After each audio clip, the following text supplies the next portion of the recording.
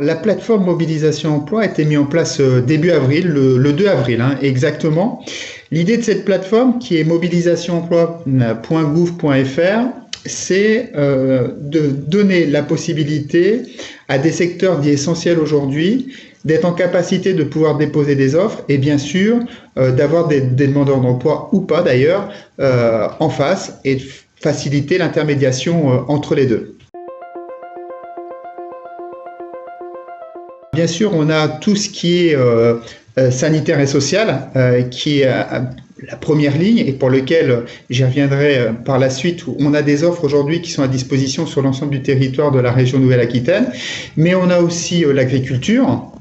On a la logistique, on a, et on en parle beaucoup dans le commerce, des besoins aussi dans la grande distribution. Donc ce sont des offres qui aujourd'hui sont stratégiques pendant cette période de confinement et dans la période dans laquelle nous nous trouvons aujourd'hui. Alors, au niveau national, on a à ce matin donc 12 400 offres qui sont à disposition sur cette plateforme mobilisation emploi. Et pour la région Nouvelle-Aquitaine, c'est 1600 offres au niveau du territoire et sur l'ensemble de nos 12 départements. Donc avec, j'ai envie de dire, des offres qui sont très très variées. Ça va de l'aide viticole, mais aussi, je regardais ce matin, des opérateurs de confection de masques, parce qu'on a des structures qui se sont mises en marche là dans les dernières semaines et il y a des besoins très très rapides sur ces secteurs-là. Donc on est vraiment dans cette démarche-là, nous, de notre côté. Ce qu'il faut entendre aussi sur la mécanique, il y a une simplicité aussi pour les entreprises de déposer leur offre. Et le rôle de Pôle emploi aussi, il est double. Il est double dans le fait qu'on va prendre contact tout de suite avec l'entreprise ou le RH qui dépose ses offres.